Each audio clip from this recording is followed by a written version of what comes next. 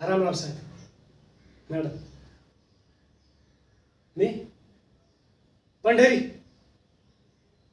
रेखीचा नवरा. हा अयो हो नाही हो साहेब, एवढं कधी मारलं मी तिला. नाही आता नवरा बायको म्हणल्यावर थोडीफार भांडणं होतच असते. आणि प्रेमानं आणतो मी. नाही आता मग हातच दणकट आहे, त्याला मी काय करू साहेब. आणि ते कोणता डॉक्टर आहे काय माहित, जरच लागले सगळ्या हाताला पट्टे गुंडाळत.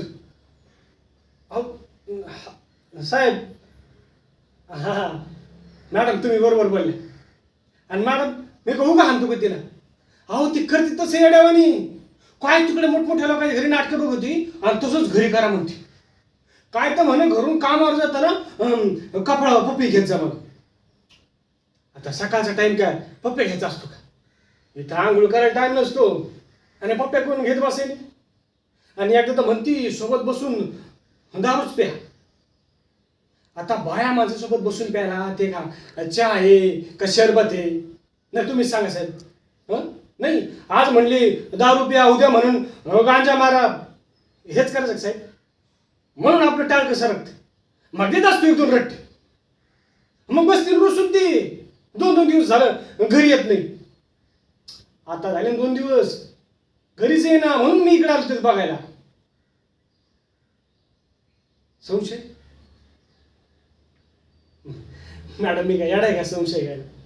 नाही आता मी बी हे रात्रभर बाहेर थांबतो. ती का माझ्यावर संशय घेते का.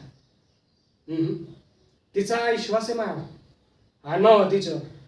हो हे कुठे होती तू. हा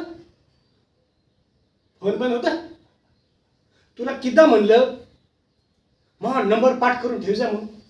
झालं ना पंचायत. आणि तुला कुठं नाव फोन घेऊन द्यायचं. मागच्याच महिन्यात पोळीच्या शाळेची फी भरली का नाही. नवा फोन म्हण. बरं चल घरी लवकर, तिकडे लेकरू वाट पाहिले. हा चल लवकर.